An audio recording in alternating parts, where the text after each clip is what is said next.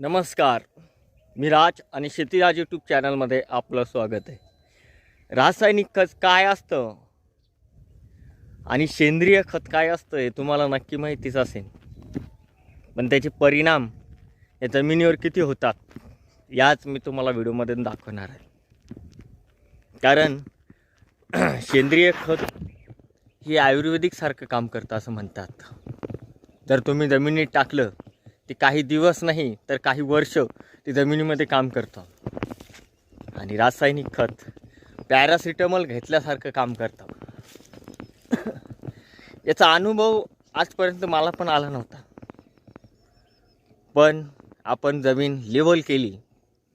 Level केलेल्या जमिनीमध्ये सुद्धा सेंद्रिय खत वरचा जो भाग असतो तो मिक्स झाला नाही व्यवस्थित, किंवा तो खाली जास्त प्रमाणात दबला, त्याच्यामुळे त्याचे परिणाम काय झाले हे तुम्हाला नक्की पाहायला मिळेल.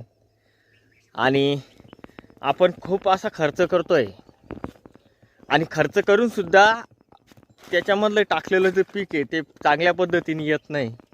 त्याचं कारण काय मित्रांनो, तर त्याचं कारण सेंद्रिय खताची कमतरता. जमिनीत असलेले जे घटक आहे ते आता खूप खोल गेले आणि पिकाला असलेले जे घटक लागतात ते वरतीच राहतात. प्रत्येक वेळेस जमीन मशागत होते.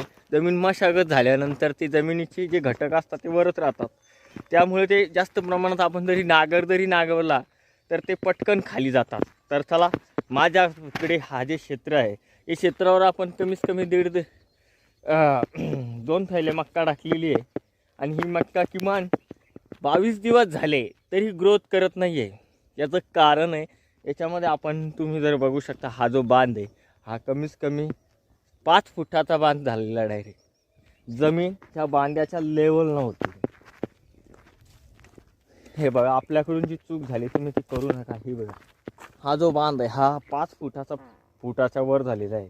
आणि ह्या 5 फुटाच्या लेवलनं आपण ही जमीन खाली बसवलेली आहे.